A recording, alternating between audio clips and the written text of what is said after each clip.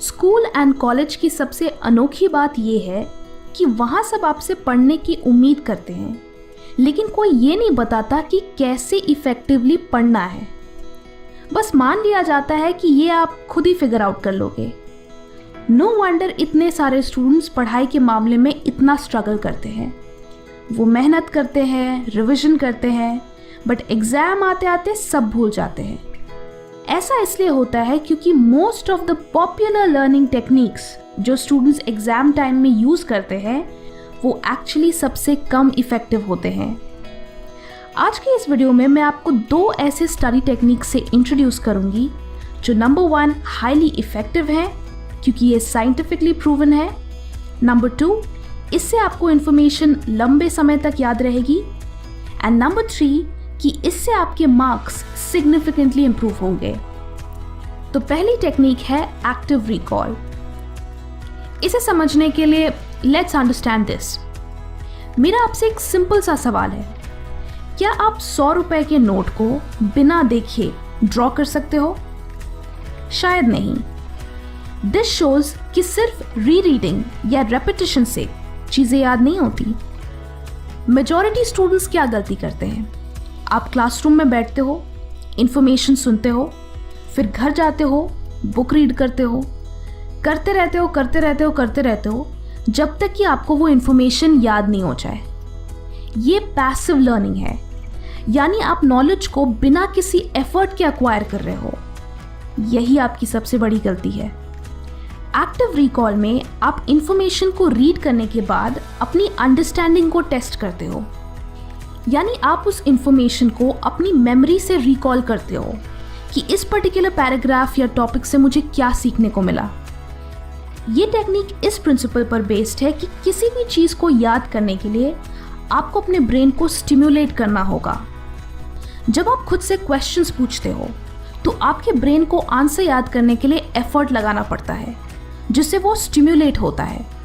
अब जितना ज़्यादा ब्रेन पावर उसे याद करने में लगाओगे, उतने ही अच्छे से वो इंफॉर्मेशन आपके ब्रेन में एनकोड होगी। जस्ट लाइक जब आप एक्सरसाइज करते हैं तो हैवी वेट्स लिफ्ट करने से ही आपके मसल्स बनते हैं। इन द सेम वे आप इंफॉर्मेशन को याद करने में जितना ज़्यादा एफर्ट लगाओगे, वो इंफॉर्मेशन उतने ही अच्छे से आपके ब्रेन में सेव होगी। सो एक्टिव रिकॉल करते कैसे हैं?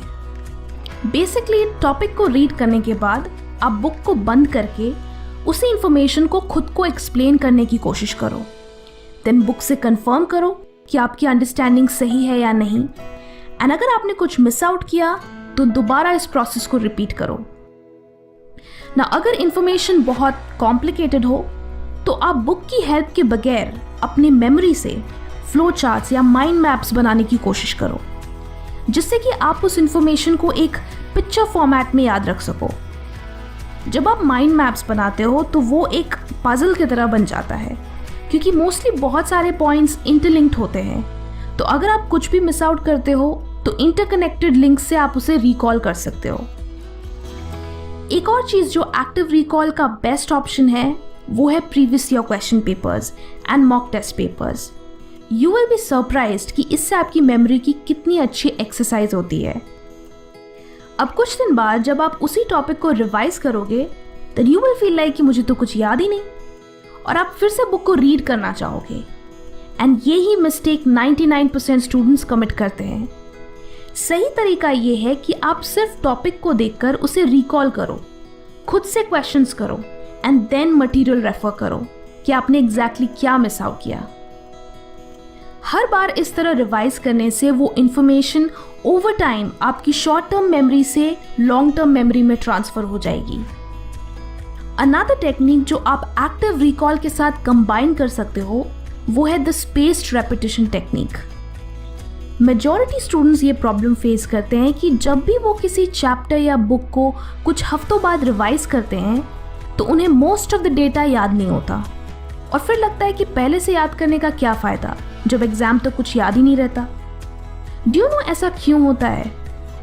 It's because of the forgetting curve. अब आप सोचोगे कि ये क्या है? वेल, ये वो थ्योरी है जो कहती है कि विथ टाइम हमारा ब्रेन किसी भी इंफॉर्मेशन को हाई रेट से भूलता है, यानी ओवर टाइम मेमोरी फेड होती जाती है।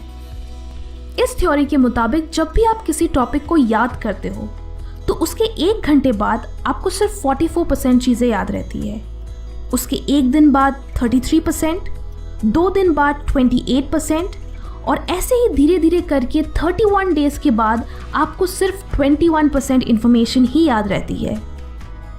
सो सोल्यूशन क्या है? सोल्यूशन ये है कि आप जितनी बार इस फॉरगेटिंग कर्व को इंटरप्ट करोगे आपको उस चीज़ को भूलने में और भी ज़्यादा टाइम लगेगा।